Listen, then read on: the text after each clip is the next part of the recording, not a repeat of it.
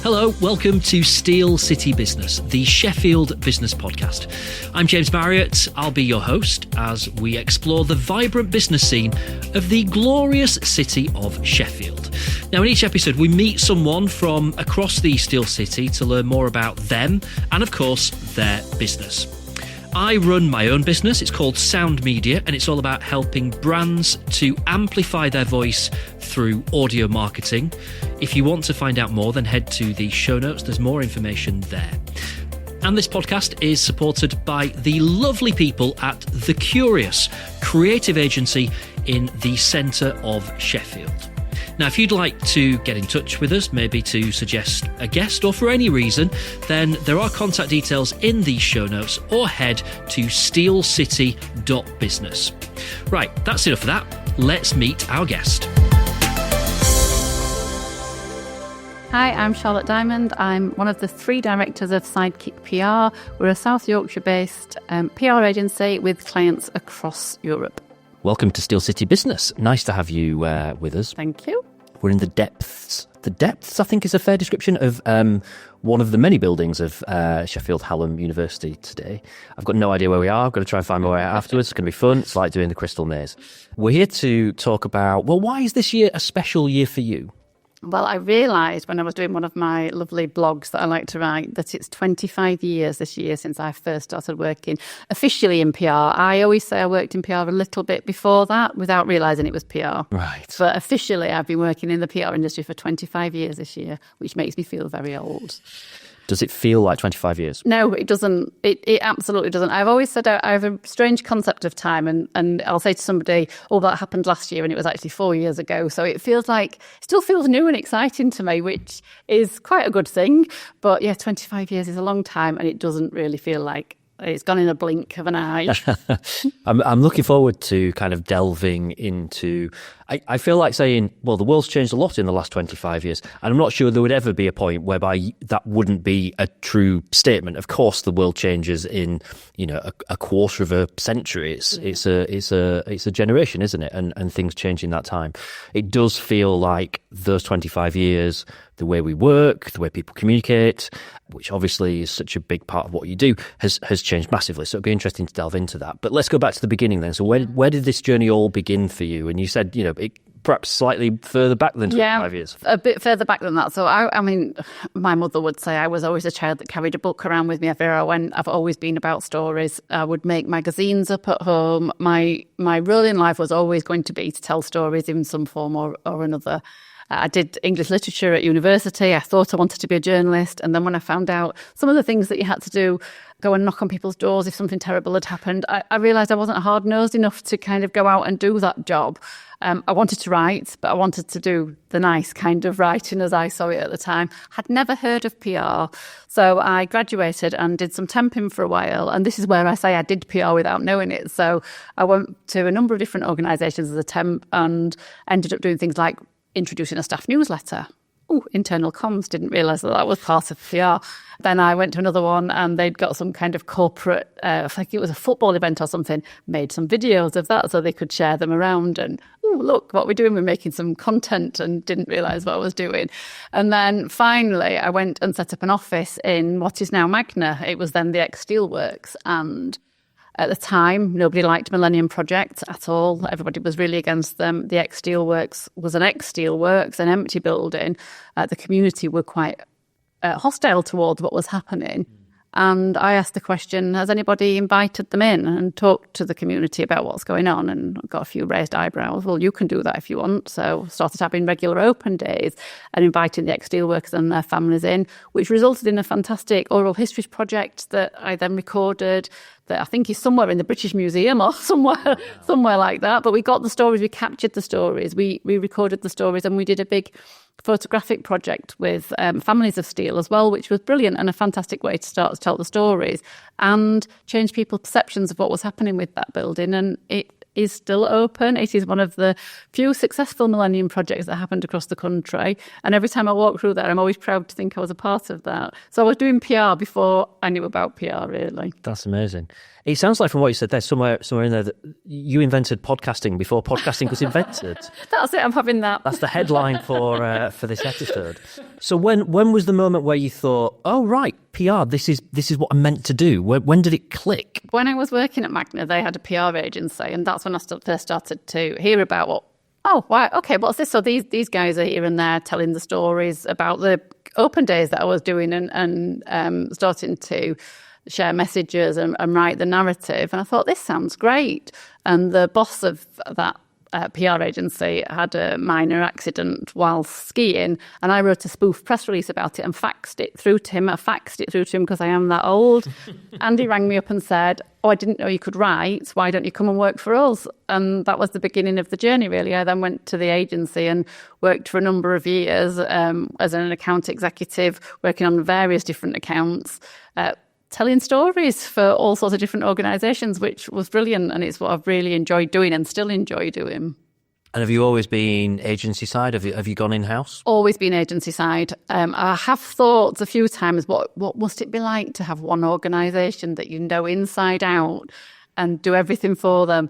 And I can't imagine. I think it'd be wonderful in some respects, but my mind seems to fire on 500 different cylinders. So one second I'm trying to be an expert on health and leisure, and the next second it's the travel and transport industry, and then manufacturing, and something education, knowing all about specialist education. And I think I thrive off that fast-paced nature of the change of being in an agency and flipping from one client to another and being that expert advisor for them and having that kind of knowledge. So part of me just think maybe when I get a little bit older, I might look at doing something in-house. But for now, it's agency all the way.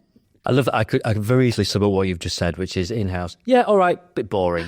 No, I don't want to offend anybody that works in-house at all. They were my words, not Charlotte's. Yeah, they work really hard, and I think it must be wonderful to have one organisation that you can do that for. And I think I would like to do it. Not boring at all. All the people who work in-house, wonderful. They do magical work. They do. They absolutely do.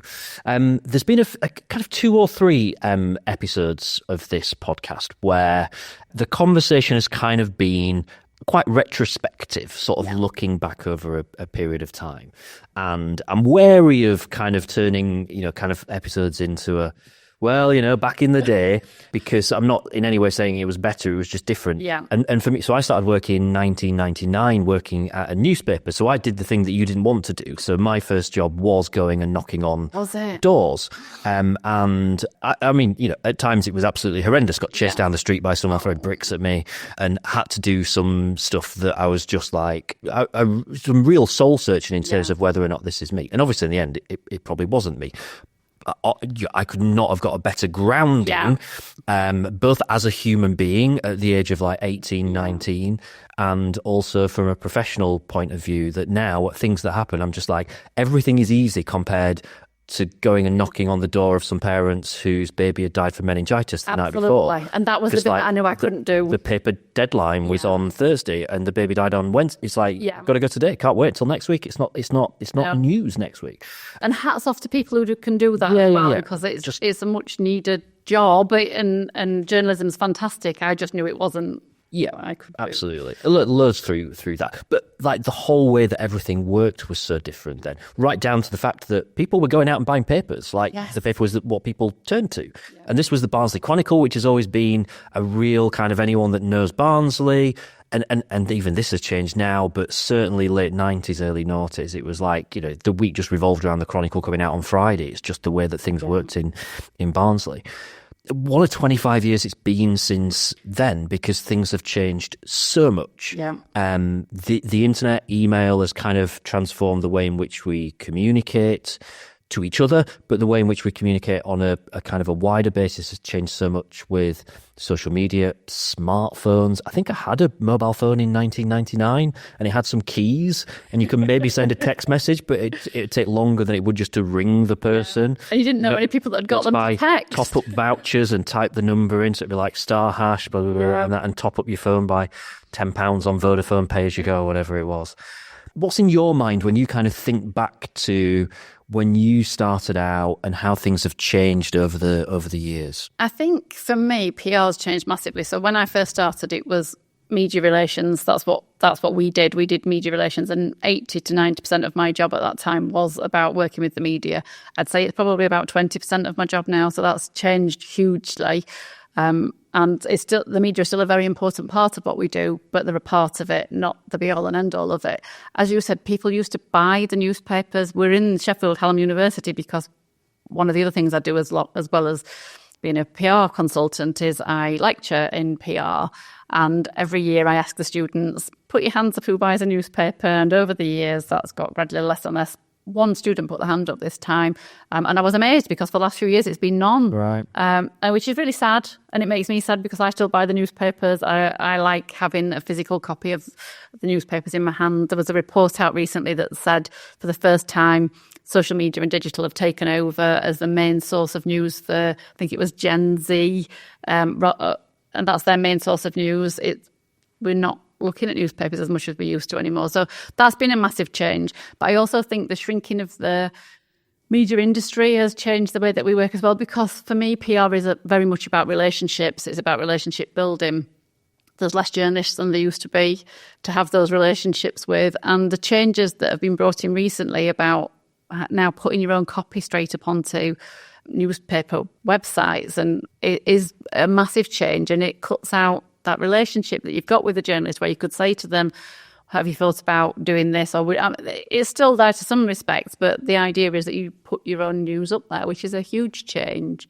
So that's been quite interesting to see. I always laugh when social media came in. I was the one who walked around the office and said, get off this Facebook thing. Get off it. What are you all doing? And then I went to a conference and they said, oh, if the PR industry doesn't embrace social media, the PR industry will die. And I went back and went, everyone get on this. So I've approached AI very differently, and I'm really quite excited about some of the opportunities that AI brings. Scared to death about it as well, but the industry is changing so much. But yeah, for me, the big thing was when I first started out, it was all about media relationships and media relations.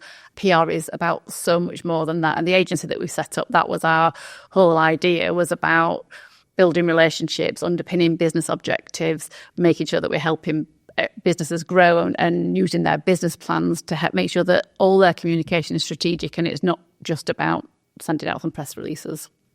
I'm going to paraphrase a little bit, a segment of a conversation from an episode a few weeks ago that I feel is really relevant here, because you know what you're saying is absolutely right, and I've probably not really kind of considered the fact that what stuff like PR agencies do in late 90s, early noughties.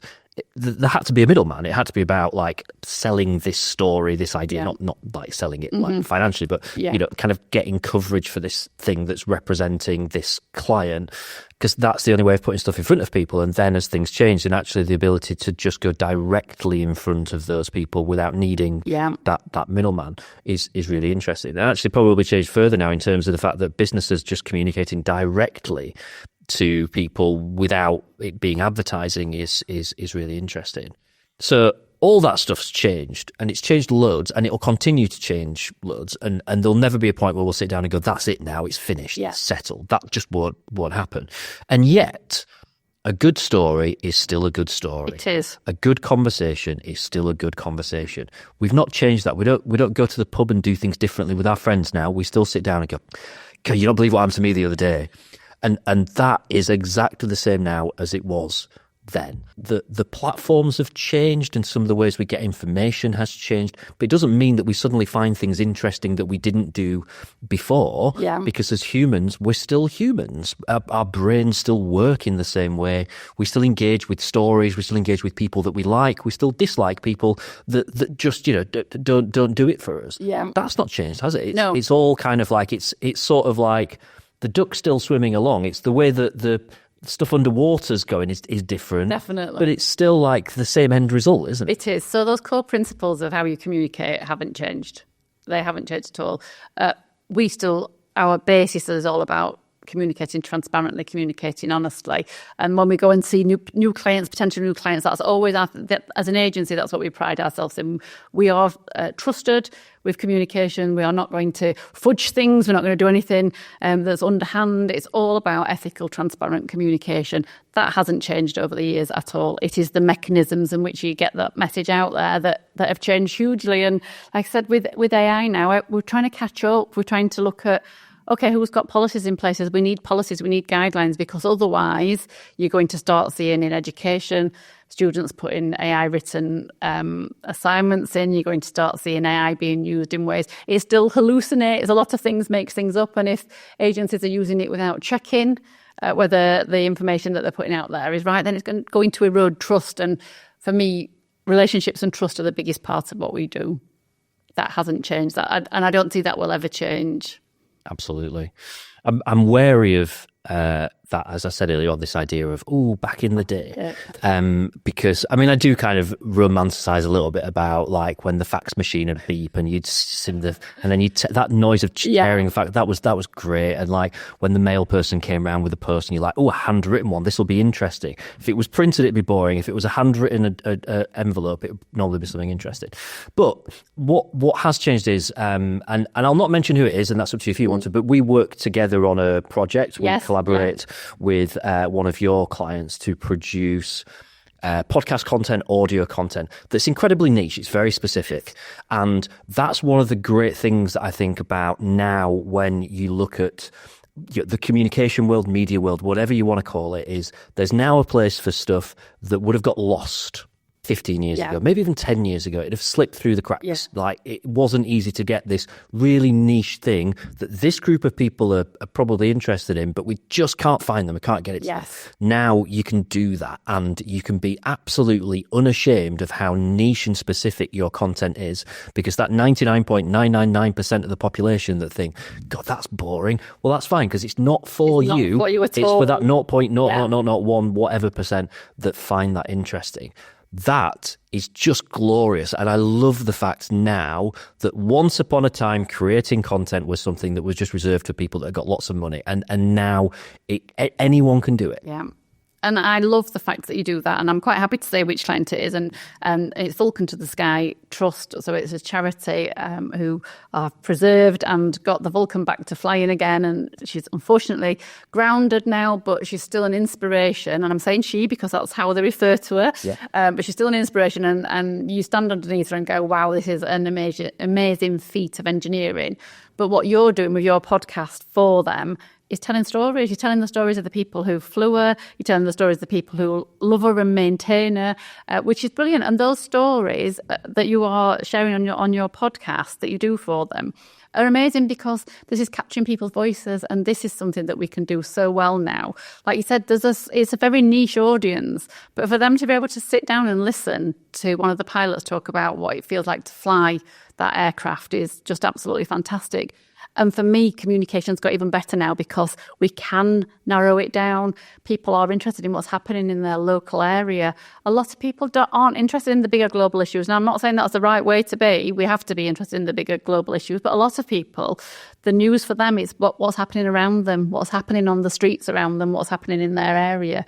And we've got much better at being targeted. And I think that came out a lot in COVID. So we worked with local authorities, and we were working with very small target areas where we could see data that showed these people aren't really engaging with this information that's coming out, and we need to be able to reach them. How do we do that? How do we get to this specific street? How do we get to these people in this specific community? That could be life-changing and life-saving. But we could do that. We could look at the data, and I love data now. I used to always say I'm not a numbers person, I'm a words person. I don't say that anymore. The data would show us who we needed to be talking to, and it was our job then to go out and work out, how do we talk to them? How do we get these messages to these people? Amen. I'm glad you mentioned that it was the Vulcan to the Sky Trust. The podcast is called Into the Sky. I'm going to encourage people to go and have a listen to it, because what I love about that is it spans several generations. So it could be quite possible for it all to be kind of older guests on that podcast, but we get a really good mix of some younger people who are involved. But there are some people who are, in their, let's say, kind of latter years. very sadly, we had someone who has played a real key role within the trust who passed away in the process of, I can't remember if it was the first or the second season that we were working on, who'd appeared on kind of one or two episodes. And the awful thing is that there's other people that have been involved in some of those episodes that we know, in at some point in the future will no longer be with us as well. You talked about Magna kind of creating that sort of audio history. In a small way, I kind of feel that's a little bit like what we're doing with Vulcan to the Sky, is capturing those stories that could have just been lost, and lost forever. And there's something amazing about that. But this is not. I'm turning this into a little bit of a plug for one of my projects. But I just think it's a great example of collaboration work and lots of there's several different parties all involved in that coming together to create this thing that's really interesting to that group of people. And I think that's really important what you said though, and I don't mind it turning into a conversation about that, because what you're talking about is capturing people's stories, which me, as that girl who walked around with the book in her hand all the time, wanted to have stories, and I would urge people, younger people, when they've got grandparents, go out, talk to them, record the stories, because when they're not here, those stories have gone with them, and we don't spend enough time, I don't think, listening to people and listening to those stories. Folklore, folk music and folk stories are things that built communities, aren't they, and that held us all together, and I still think they're a really important part of today. So record your grandparents and your parents. Amen. Yeah, absolutely. So it's weird when you look back over kind of like the way things have changed, and the different developments and things that have happened. And I always kind of go, there's never a point where one day you wake up and you think, gosh, everything's changed. It's progressive. It all just kind of happens. But I'm thinking, is there a kind of a moment that I can pinpoint where I think, oh, right, okay. And listening to you talk a few minutes ago about how people's perception of what they find interesting, what's news to them, has maybe not necessarily changed, but they're able to now be more specific. I remember the first time that I sat down at a conference and someone talked about Twitter, and I was aware of Twitter, but I hadn't got a Twitter account, and I didn't get it. And I was like, I'd been through, MySpace had kind of been way up here and then suddenly vanished, and then it was all about Facebook. And Twitter kind of came along, and someone explaining that, like, you kind of got news organizations that were on there, you got businesses that were on there, but your friends were on there as well. And suddenly this idea of my news feed is going to be a mix of stuff that I pick, because in my world, what's happening in the national news, what's happening in the economy, but also the fact that my friend got drunk last night and bought a kebab and fell in a bush on the way home is just as interesting to me. Yes. That's significant in my world. And I remember just being like, suddenly it clicked. I'm like, this idea that you can piece together your own news feed and kind of news, social media, it's all become quite blurry now, hasn't it? Is there a moment that you kind of look back on and just think, gosh, that was significant? I think it is social media. I think it was that moment with Facebook, from me literally within the space of a week flipping from stop everybody messing about on this thing, what is it, to suddenly realising that actually the way that we communicate is going to change and is changing, and everyone's got a voice. And that was quite frightening to start with, that suddenly the whole idea of this citizen journalism and everybody putting information out there was quite daunting. And I still think it's quite concerning, because we look at the messages that are out there, we look at disinformation and the threat that is to democracy. And we've seen it in America at the minute with the hurricanes and the weather issues that they've got going on, and the disinformation that's put out about that. It can threaten, it can be a real threat to society. It can be a threat to what's going on. And it's unregulated. It feels like nobody's actually reining these social media channels in. So the start of social media was scary. I think it went through a period where everybody got on board with it and liked it. And I was a huge Twitter fan. That was my one. That was my channel. I loved it. Can't stand it anymore. It's so sad, isn't it? Awful. It's so sad what's happened. Absolutely awful. And people create these echo chambers and listen to only people who say things that they like and that they agree with. And I want to go off on this whole tangent about confirmation bias and all the disinformation, and I won't. But I think the way that social media is going is worrying, and I think a lot of people are coming off some of the platforms now, but there's nothing quite there yet to replace them. I've tried all the new things, all the new ones that sprung up. I went on, joined into them and had a little look, but there's nothing quite there, I don't think, to replace Twitter or X, as we are supposed to call it. But yeah, sadly, it went from being my channel of choice to it's a cesspit of horror now, I think. It really is. Cesspit is absolutely the word. I'm still pinning my hopes on Blue Sky being the future, because that's quite nice. There's just not enough people there, but they all seem to be kind of good eggs, the ones that are. So what kind of things do you enjoy working on now? I love storytelling in its purest form. So I still enjoy the work when I'm writing something, and that might be writing something that's for a corporate newsletter, for an internal comms. It might be something that's going out to the media. It might be something that we're going to use as a campaign. But it's telling people stories. I still love doing that. So I've never been that big on the very corporate side of things.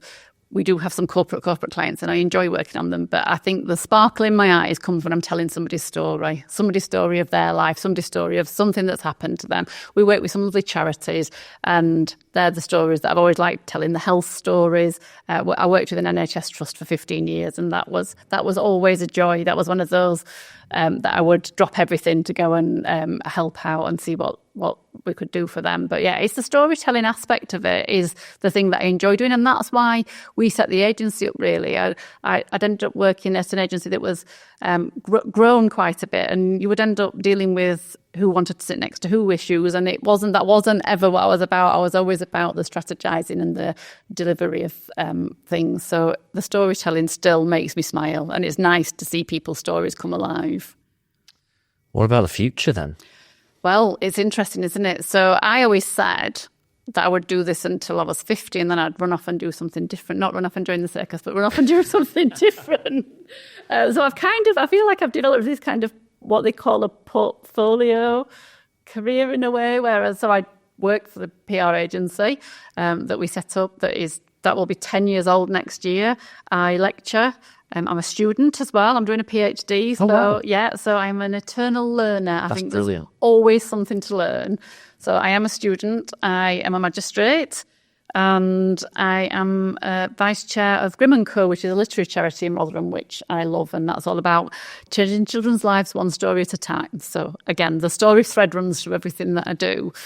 However, I'm 50 in 2 years, so I'm not giving this up in 2 years' time. I'm running away to do something different. I think it's going to be more about, we do a lot more training than we used to now. So that we've kind of developed this training arm in terms of crisis communication and crisis preparedness, and making sure that people have got robust plans in place for if something goes wrong. I seem to be doing a lot more of that kind of thing, which is still nice because I'm working with people and finding out about their organisation's stories and developing plans for them in that way. Also trying to look at the opportunities and the threats that AI brings with it. I think I don't know if I'm one of the few people, but when I'm playing around with the different platforms, I still always say please and thank you to the robots. I still always say please and thank you to them because they'll remember that one day. It's a great point, that, isn't it? Somewhere there's a kind of a grand server that's storing. It's kind of like the Christmas list. Have you been good or bad this year? Somewhere the people that are nice is being stored, and when they do take over, they'll remember that. They'll remember that I was nice. And I always say please and thank you to Alexa. I hear other people in my house telling us to turn lights off and things, and I always shout thank you afterwards. But I mean, the world is changing at such a fast pace, and we've just got to keep up with it, haven't we? And my mission is that we continue to communicate using all the tools that are available to us in that transparent and ethical way. And that's what's just so important in everything that we do. So I won't be running off in 2 years' time. I've definitely got to give it a good another 7 years. I think I've pushed that date for a good another 7 years of doing this, and just hopefully leave some kind of legacy behind of great ways to do great communication. That's what we're all about. Yeah, that's brilliant. I have to confess, I'm a bit rude to Siri sometimes. I need to stop doing that, but just a bit daft. It just annoys me sometimes. Do you think your job will change over that kind of next 7 years? Do you think about what is the next thing? AI has obviously come up a few times, but there's a lot of other stuff coming around. I sit down sometimes and think, will I still be going out and helping people record podcasts in 10 years, 15 years? Like, what's that going to look like? It's almost impossible to try and figure out and predict, isn't it? But I do think about it. Yeah, and you're right too, because change is all around us, isn't it? And uncertainty is, and I think we need to embrace uncertainty a bit more. I think as a society, we want facts and we want things that are set in stone. Well, the world's not like that. The world is very uncertain. And I think, my job will change again. I don't know how, but because of that obsession with lifelong learning, as soon as I start to see something coming out as a pattern, I'll try and find out more about it. I think learning and embracing change is really, really important. And you get organisations where people don't think they need to learn anything. They think they know everything. And that worries me because there's always something new to learn. And if you want to stay on top of the changes, you've got to look into them more and find out who's the expert, who can help you, what can you read, what can you develop to help change your practice. Like I said, we moved more this year, more than ever, into training. And I see that happening even more. I see that organisations are realising they need to be crisis ready. Things can happen, and they see from others reacting badly to things that they need to be ready to communicate in a positive way and be robust about any responses if something's gone wrong. So that seems to be, I've found myself kind of up and down the country here and there a bit more doing that training, but it's a really enjoyable part of what we do. And so I think that will grow. But again, AI might play its role in that. The worry is, I think, for a lot in the industry, a lot of people who still rely very much on content creation, as in the written word, for being their main bread and butter. There's a lot of people that are worried then that AI can come in and do that. And it can do a lot of those kind of simpler jobs. I've started using it for minute taking for meetings. Brilliant. Absolutely love it. It sends me a summary. It tells me my actions, and then it emails me a few days later if I've not done them to tell me off, which is absolutely wonderful. But what you can't do is build those relationships. And that's a big part of what we do, is putting people together, building relationships. So I think those core elements will continue. But 7 years, goodness knows where we'll be and what we'll be doing. And that's exciting and wonderful and all those things. And we kind of go full circle here by back to the beginning, where we kind of said, yes, things have changed massively over 25 years. But actually, when you strip it all back, it's still kind of the same. It's still communicating. Yeah. That will never go away. That will never change. And there may be new platforms, and there may be other things that come along. And actually, the skills that you've got, and I relate to that in kind of saying maybe the skills that I've got might become a bit rarer. There may be the knock on from some of the lockdown years means there might be a generation that find it more difficult in the future in terms of communicating. So what we do may become more valuable and even more scarce. It's going to be really interesting to see how things pan out. I could sit here and talk all day, very happily. But we're probably going to get booted. I've got already, while we've been sat in here, like the blackboard kind of automatic. It's not a blackboard anymore, is it? But the projector screen's automatically vanished. I'm thinking the lights are going to go off. The doors are going to kind of lock themselves in a minute. So we'll wrap things up. But thank you. It's been a real pleasure to chat. Thank you. And I look forward to chatting to you more about how things do change and new ways of working over the coming years. Yeah, thank you, and thank you for all the work that you do on the Vulcan to Sky podcast, because it's fantastic and it's great that we can have that kind of relationship. That's brilliant. Thank you. Thanks. Thanks very much for listening to this episode of Steel City Business. It's been really lovely to have you with us. Now, you know how this works. If you've enjoyed it and you want in on future episodes, then just follow us on your podcast app or on YouTube. The show is very active on LinkedIn. Just search for Steel City Business and come and connect with me as well while you're at it. Big thank you to The Curious for helping make this podcast happen. There's loads more about the show at steelcity.business, and you can get in touch by emailing James at steelcity.business. And hey, if you're in business in Sheffield, then, well, why not put yourself forward as a guest for a future episode? And of course, we're always open for a good chat about how audio marketing could work for your brand. Until next time, thanks for listening.